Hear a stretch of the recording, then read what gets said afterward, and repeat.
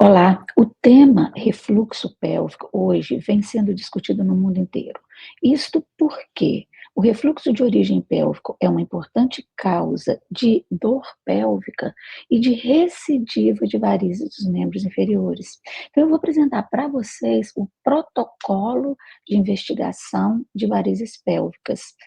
Eu vou compartilhar minha tela para a gente discutir então sobre isso. Então, vejam só, o protocolo de investigação do refluxo pélvico, nós publicamos esse trabalho em 2024, e eu vou apresentar para vocês as etapas que devem ser preenchidas para a gente investigar todo esse refluxo de origem pélvica. E isso, gente, porque, segundo a Organização Mundial de Saúde, até 43% das mulheres têm dor pélvica. E dessas, 16 a 31% vêm de origem vascular, ou seja, de origem do refluxo e da insuficiência venosa pélvica.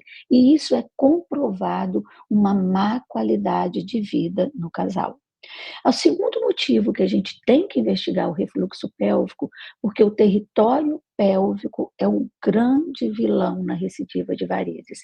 A literatura mostra de 33 a 52% o refluxo pélvico é a causa da recidiva de varizes. E nós, então, publicamos esse protocolo de investigação do refluxo pélvico, que constitui de 4 etapas. E a primeira etapa é o mapeamento venoso para varizes, que a gente faz praticamente todos os dias. A segunda etapa é o estudo da região transperineal, para a gente investigar a pesquisas dos pontos de fuga pélvico, que vai comunicar o território pélvico com os membros inferiores. E a terceira etapa, não menos importante, é a avaliação do eixo cavo ilíaco. A gente vai avaliar no estudo das veias abdominais se existe compressão venosa ilíaca ou renal e estudar também as veias gonadais.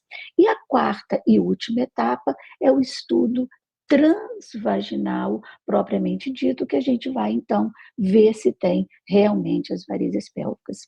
Então, vejam só, no meu mapeamento venoso, eu estou estudando a investigação, o mapeamento venoso para avaliação das varizes e já encontro aqui um ponto de fuga pélvico.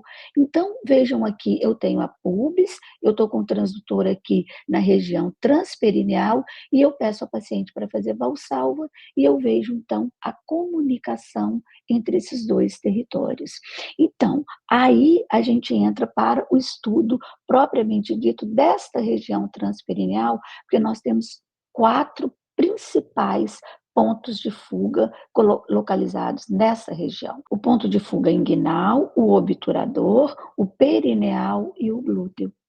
Para estudar o ponto perineal, a gente está com um transdutor aqui na região perineal e ele se localiza nos 2/3 posteriores dos grandes lábios e ele é alimentado pela veia pudenda interna. O segundo ponto de fuga é o ponto de fuga inguinal.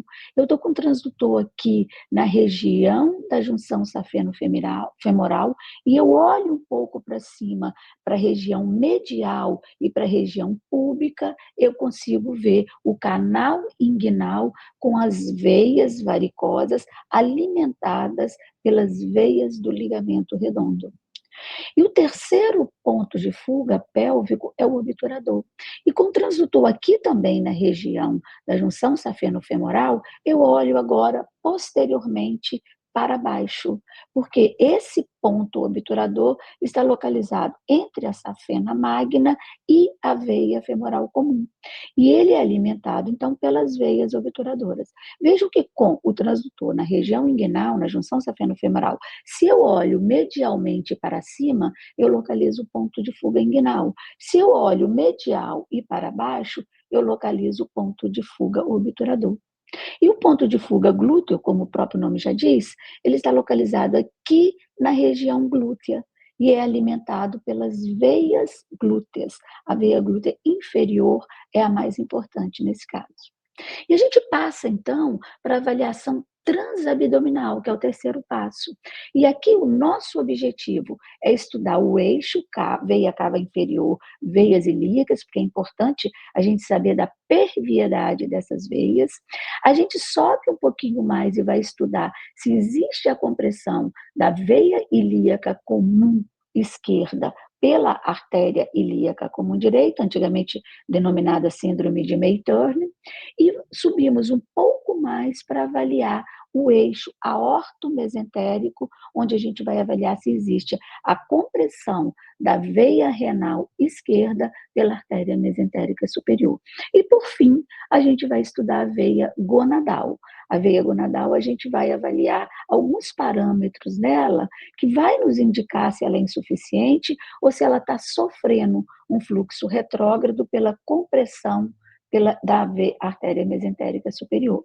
Então, vejam aqui, com o transdutor aqui próximo à região umbilical, eu faço um movimento oblíquo e eu consigo ver a artéria ilíaca comum direito passando sobre a veia ilíaca comum esquerda. E nessa imagem aqui eu vejo claramente que a veia ilíaca comum esquerda passa livremente, ou seja, eu não tenho compressão da veia ilíaca comum esquerda pela artéria ilíaca comum direita. O mesmo acontece quando eu estou com o transdutor na região do epigástrico e começo a identificar as estruturas no espaço aorto-mesentérico. Então, eu tenho a artéria mesentérica superior, a aorta aqui embaixo e a veia renal esquerda passando livremente nesse espaço aorto-mesentérico. Então, eu também não tenho aqui uma compressão da veia renal esquerda, que é a conhecida síndrome de quebra-nozes. Então, avaliando a veia gonadal, então, eu vou soltar o clipe aqui para vocês verem, e eu tenho como ponto de referência o músculo psoas. Então, aqui eu tenho o músculo psoas, aqui repousando sobre o músculo psoas, eu tenho a veia gonadal. E o que eu vou avaliar na veia gonadal? Eu vou avaliar o diâmetro, aqui eu coloco em corte transversos para avaliar o diâmetro da veia gonadal, e a gente sabe que uma veia gonadal maior que 6,2 milímetros ou 6 milímetros, conforme a literatura, é altamente compatível com presença de varizes pélvicas. A probabilidade de se encontrar uma varizes pélvicas com uma veia gonadal dilatada é muito grande.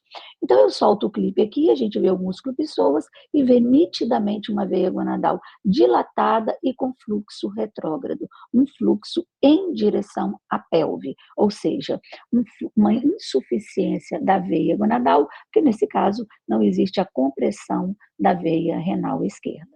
E o último passo, então, seria o estudo propriamente dito da região transvaginal, é o estudo com Doppler transvaginal. E o que eu vou encontrar no estudo do Doppler transvaginal?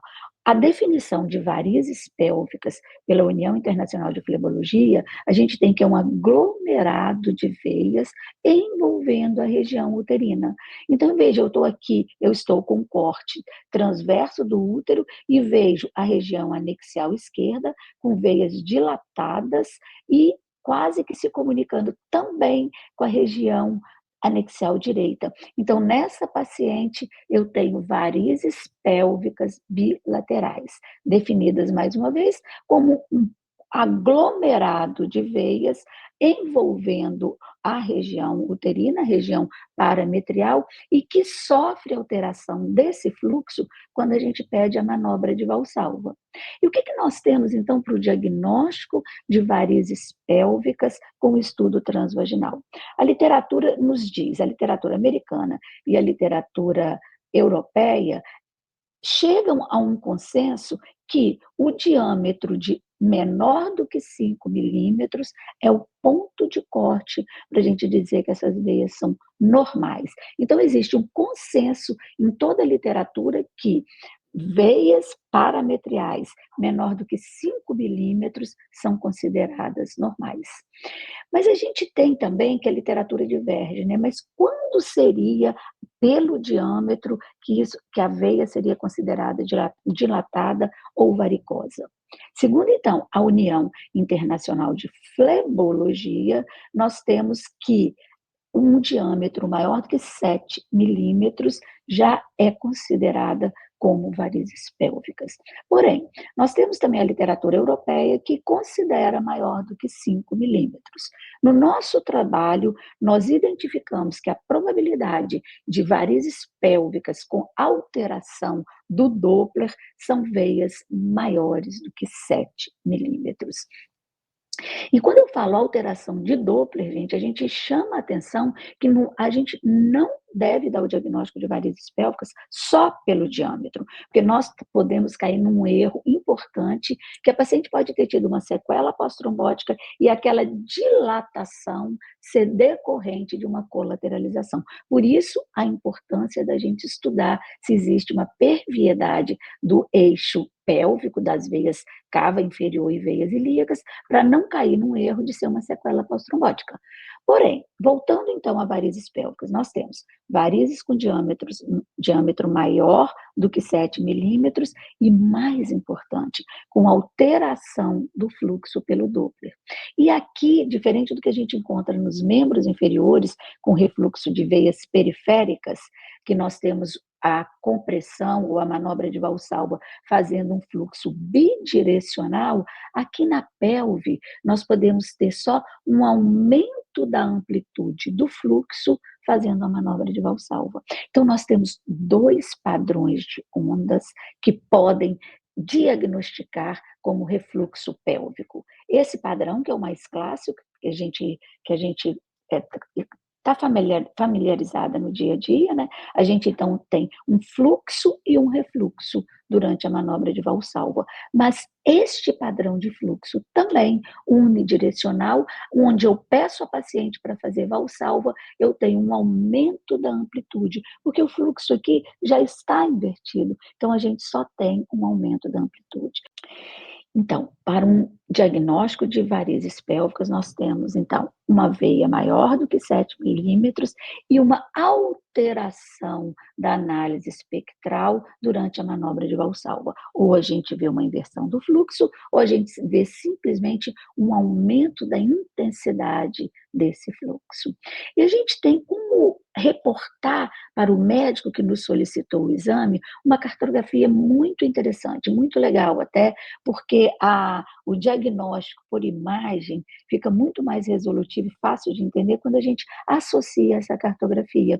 Isso é disponível para vocês no Instagram do Pelvic Team, e vocês podem ver aqui que nós fizemos uma adaptação de um livro americano da Dona Kelly, e nós colocamos aqui os dados para quando tiver a compressão da veia renal esquerda, a síndrome de quebra-nozes, ou a compressão da veia ilíaca comum esquerda, ou a gente vai avaliar se tem varizes pélvicas na região anexial direita, na região anexial esquerda, ou se tem varizes miometriais.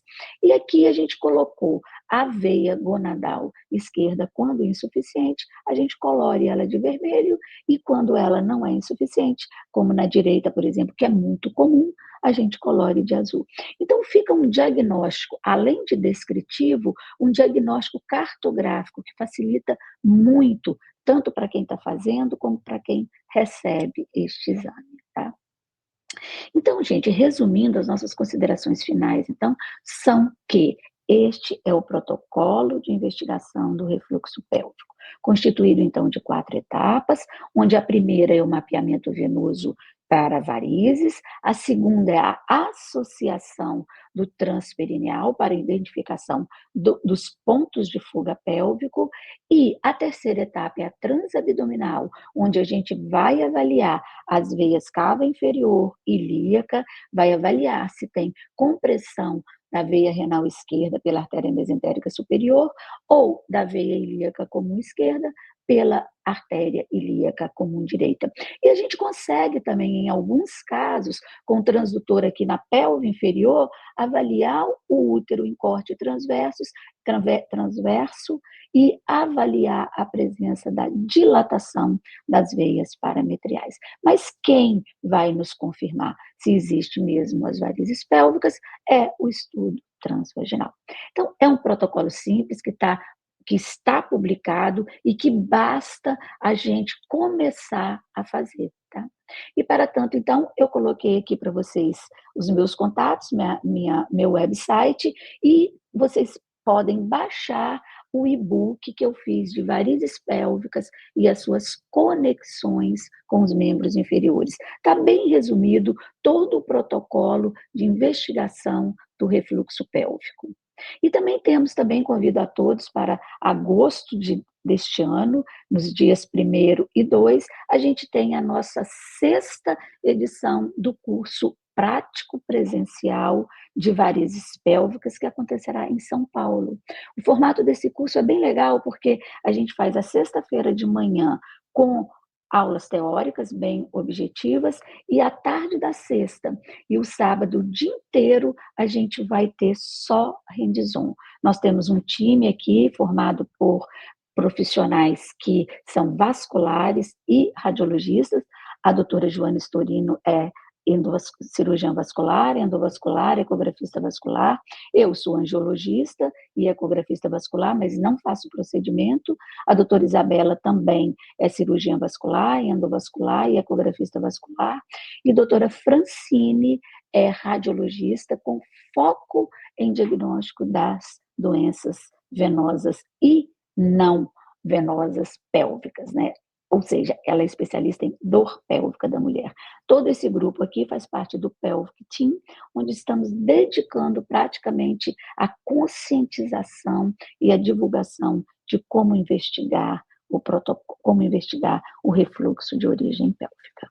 Agradeço a todos e fico à disposição.